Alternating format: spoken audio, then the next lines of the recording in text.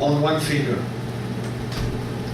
And the whole creations, and also the earth, the 7 earths on one finger, and the whole creation on one finger, and then he would say, أَنَا الْمَلِكُ أَيْنَ مُلُوكُ الْأَرْضِ. I'm the king. Where now the kings of the dunya? At this moment, the Prophet ﷺ smiled. The scholars of hadith, they consider this a hadith nabawi. We call it sunnatun taqririyya, that the Prophet agreed.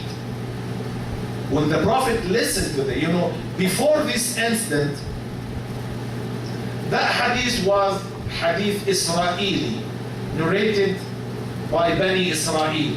But when the Prophet smiled, it's become sunnah, become authentic hadith. Because the smile of the Prophet ﷺ, we consider this agreement about the statement of the hadith, the meanings of the hadith. So in this hadith, the Prophet ﷺ agreed that Allah has fingers.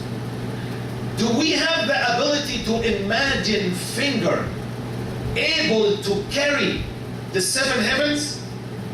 Can you imagine a finger able to carry the mountains?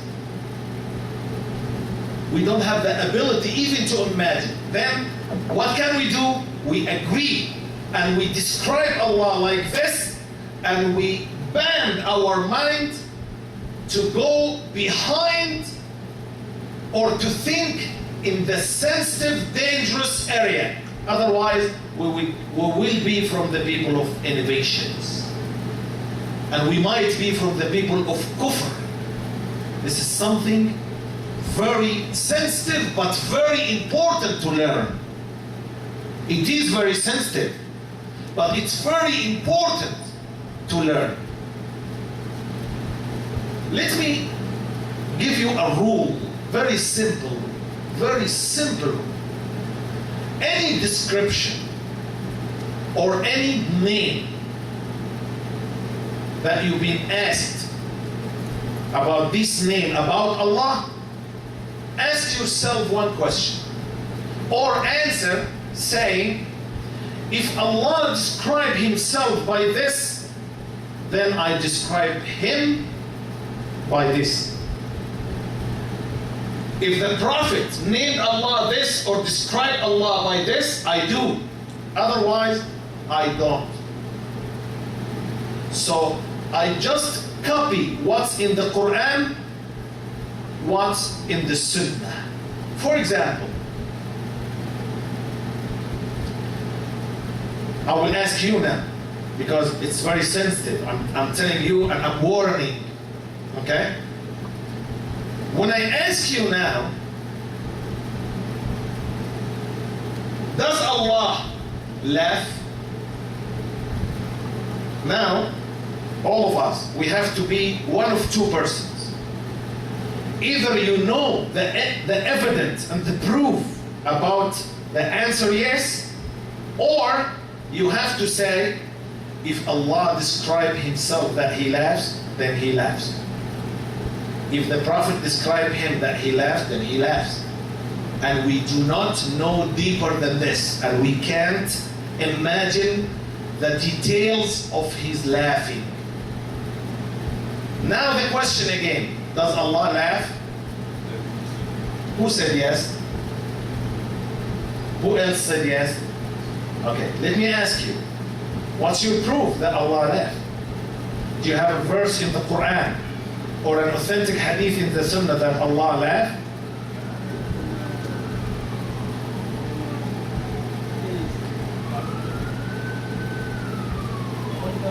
Regarding the Almighty Allah, you can't say that I know some hadith but I don't remember. This is not enough. If you don't remember, then you don't remember. You say I don't remember. Or you say, okay, go ahead. What hadith you heard? You don't remember. What about you? You remember? Ayah in the Quran, hadith in the Sunnah? You don't know the ayah and you don't know the hadith. So why you say yes? I told you, in this night, we have to learn something very important in our faith. Don't ever say something about Allah if you're not pretty sure, with the evidence ready in your mind. Otherwise, keep quiet or say, if Allah described himself that he's laughing, then he's laughing. And we don't know any details about this. If he doesn't, then he doesn't. I don't describe Allah except by what he describes himself with. Actually, we have a hadith, but you forgot. All of you maybe, or most of you remember the hadith.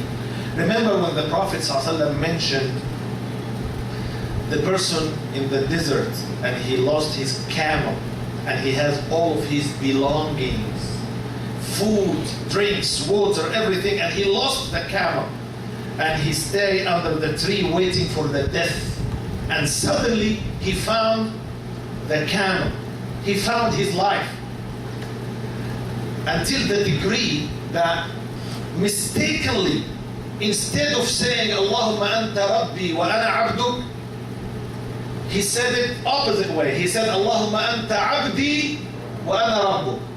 أخطأ من شدة الفرح.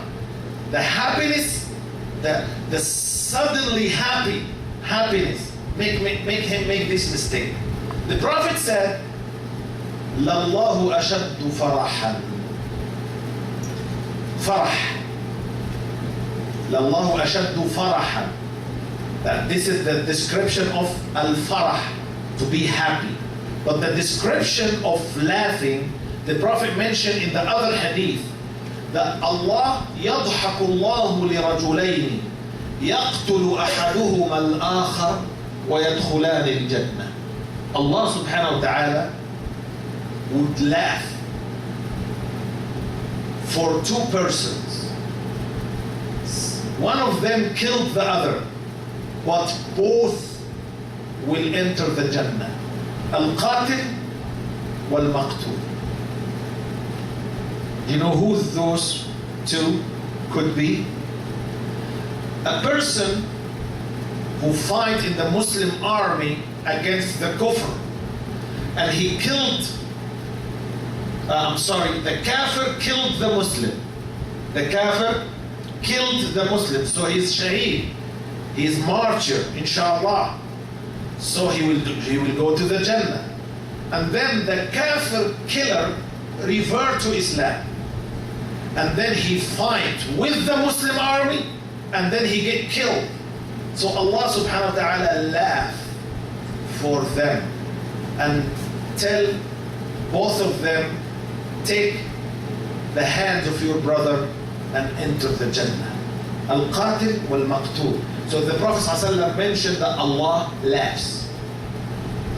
Okay, then we say, yes, he laughs, subhanahu wa ta'ala. We don't imagine, we don't go behind our ability, and we don't think deeply about the details of the description. It's very dangerous to do so. If you do so, you will go away from the right path. If you try to expect, stay away from expectation. Stay away. Write your question down. Do you have something?